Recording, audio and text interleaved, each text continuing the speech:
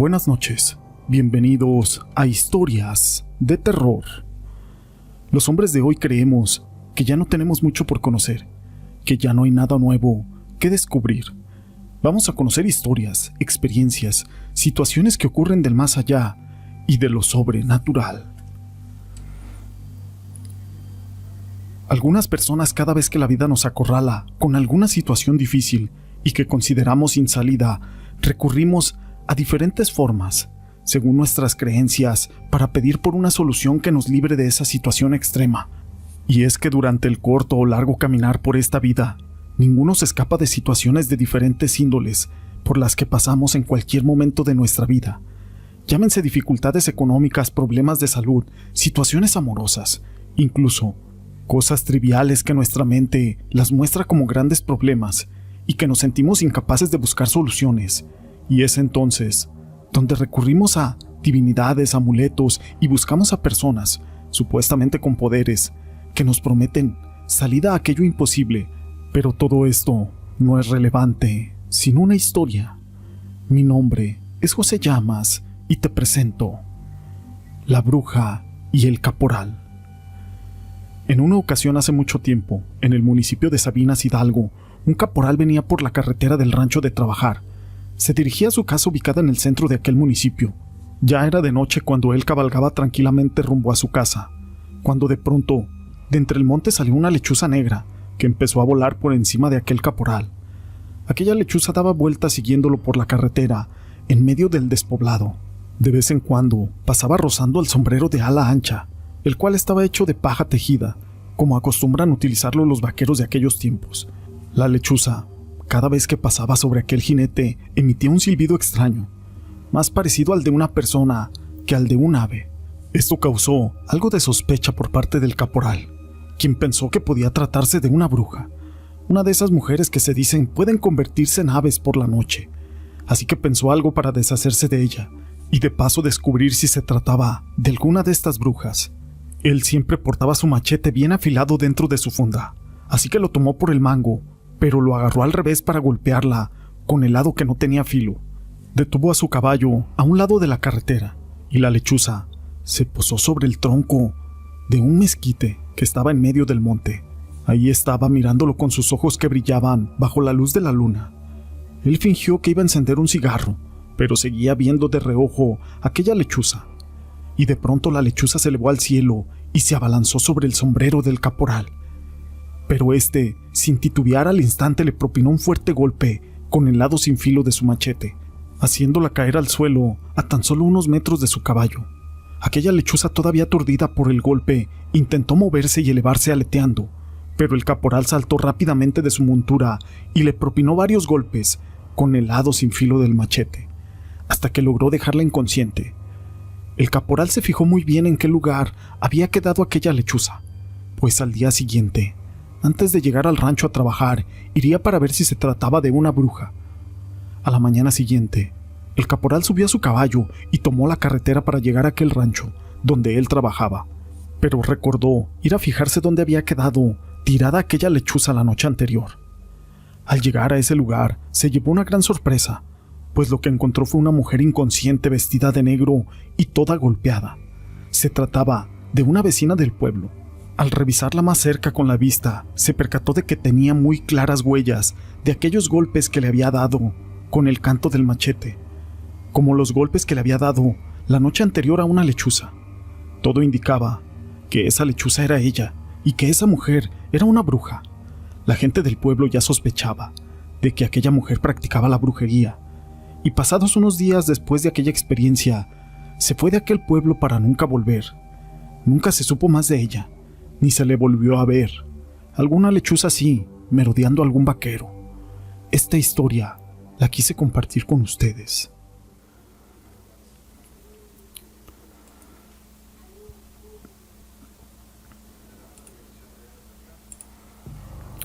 Pero no es la única historia que tenemos el día de hoy, amigos. La siguiente historia lleva por nombre Doña Mari, la bruja. Serían pasadas las 12 de la noche, cuando tremendos azotes en la puerta despertaron a la señora Mari, conocida por todos como una bruja, apodo que se había ganado con los años tras realizar limpias, curaciones de sustos y, dirían las malas lenguas, también hacía magia negra. No era fácil llegar a su pequeña casita, ya que estaba situada en lo alto de un cerro y a las afueras del pueblo, mucho menos de noche. El camino estaba tan estrecho que era imposible llegar en automóvil. Además, había muchos nopales, cardenales y piedras. Todo eso hacía muy trabajoso para poder llegar a aquel lugar. Doña Mari despertó con tremendos ruidos en su puerta y aventó con su mano a 3 gatos que dormían al pie de su cama, esto para recoger su rebozo. Tomó la veladora que había sobre una repisa donde estaba colgada la imagen de la Virgen de Guadalupe y varios santos más, dirigiéndose en ese momento hacia la puerta, y comenzó a decir: voy, esperen, ya abro. Del otro lado se escuchaban los sollozos de una mujer. Apúrese, por favor, es mi hijo y está muy grave. Abre la puerta y se encuentra con una pareja de esposos y un niño que el hombre cargaba en brazos. No es muy pequeño. Debieron sufrir al cargarlo hasta este punto, dijo doña Mari. Al mismo tiempo, les dijo que lo acostaran en la cama, mientras ella prendía varias veladoras más. Ahora, mujer, le dijo doña Mari, deja de llorar y dime qué es lo que pasa. Aquella pobre mujer apenas podía respirar y temblaba, y sus lágrimas rodaban sin cesar. Comenzó a contarle. Hace unas semanas todo estaba normal. Mi hijo se alistaba para ir a la escuela. Doña Mari le interrumpe y le dice: ¿qué edad tiene tu hijo? Él tiene 7 años, los acaba de cumplir. Doña Mari le ordena que continúe y al mismo tiempo le dice que le quita la ropa al niño mientras comienza a pasar unos trapos mojados y le dice que se los ponga sobre su cabeza, el estómago y los pies, mientras ella preparaba unos brebajes en un tarro y los pone al fuego en una pequeña estufa de leña. La madre continúa diciendo que de la escuela el niño regresó muy triste, refiriéndose que se sentía mal y que por la tarde ya no se levantó de la cama, a lo que al día siguiente decidieron llevarlo con un médico, el cual les dijo que solo era una pequeña infección en el oído y que no pasaba de ahí. Mas por la noche, dice la madre que el niño comenzó con una fiebre de 40 grados, así que regresaron al doctor, dándole solamente jarabe para la fiebre, y le ordenaron bañarlo con agua tibia para bajar aquella temperatura. Pero desde ese día, el niño no habla, no come y apenas bebe un poco de agua.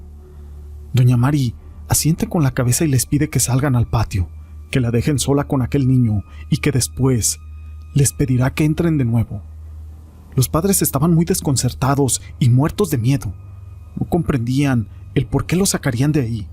Pero la realidad es de que aquella bruja Mari era su última opción. Los padres se retiraron. Ella cerró la puerta y para los padres ese tiempo que pasó a continuación fue eterno. Mas dentro de aquella casa, la bruja se apuraba para realizar lo que al pobre niño le salvaría la vida. Tomó un huevo de la olla y preparó un vaso con agua.